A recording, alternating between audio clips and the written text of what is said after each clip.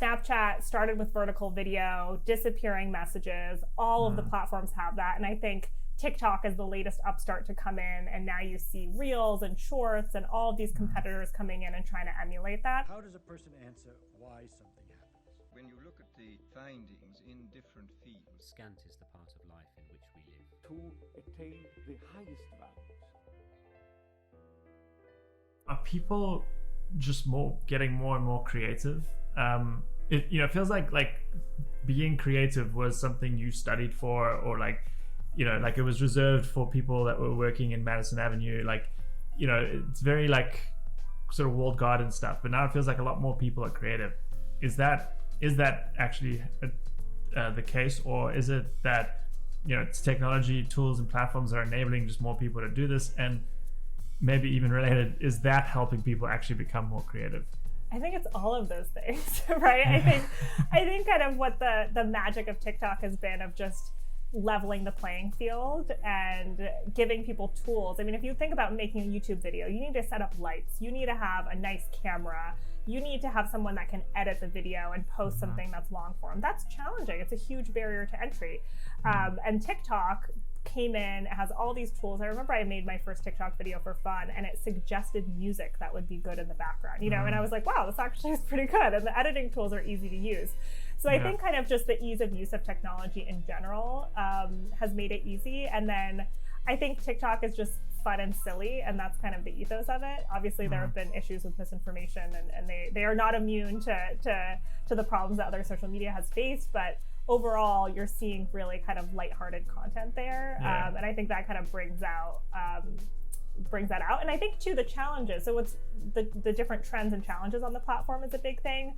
On Instagram, there was this whole issue with people stealing memes and all this stuff. And now people are much better about crediting memes. TikTok is almost all about copying each other, but putting your own spin on it. So there's a trend and you're bringing your own original thing to it. And it's actually really fun as a user to go through all those videos.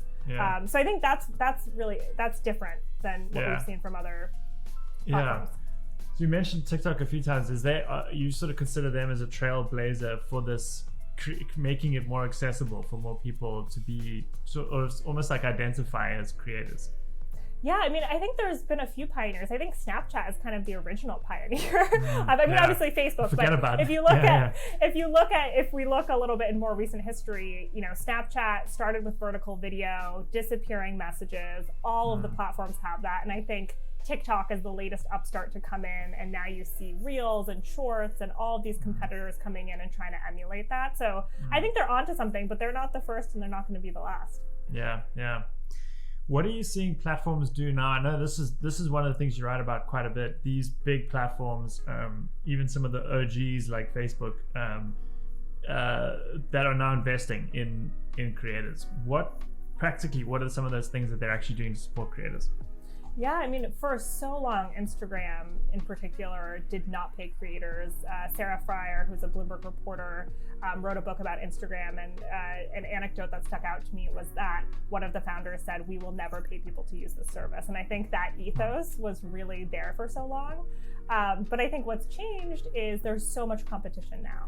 So you kind of it's not enough anymore to just give people a place to build an audience. You have to have the best tools for them. You have to have ways for them to make money. So we've seen this explosion over the past year of tools. Virtually every platform has tipping or animated goods you can send people in live streams where they can earn money. Virtually every platform has a creator fund now. A lot of them have ad revenue sharing. YouTube, I think, was a really big pioneer in the monetization game. All these platforms now are racing to kind of keep up with each other with all the announcements. And yet there's still this I think it's a trend as well of people taking their audience off of the social platforms, which are free essentially, to their own websites or newsletters or. Is that investment in response to this movement? I think what's happened is that for so long, creators were really limited to those platforms, and they've seen that overnight a platform can tweak its algorithm. And a few years ago, Facebook and Instagram decided to emphasize posts from friends and family over brands, celebrities, and creators, and creators saw their engagement dip overnight. So they're really renting those platforms, right? So I think there's been a desire to own your email list. A lot of creators have blogs, which feel like this relic of an older internet, but they're alive and well. So owning your email list, I think that's what Substack and other newsletter publishers have really emphasized. And now Facebook is doing that with its bulletin platform for newsletters, is you own your list, so you can leave anytime. Because I think also when you have an upstart, you're like, oh, I'm going to go build this huge list, and what if this platform fizzles out? So I think that's kind of become a table stakes feature of being able to, especially for newsletters, is owning that list. So I think for a long time there's a desire to better own those audiences, but at the same time the big audiences are still on social, and that's normally where people start.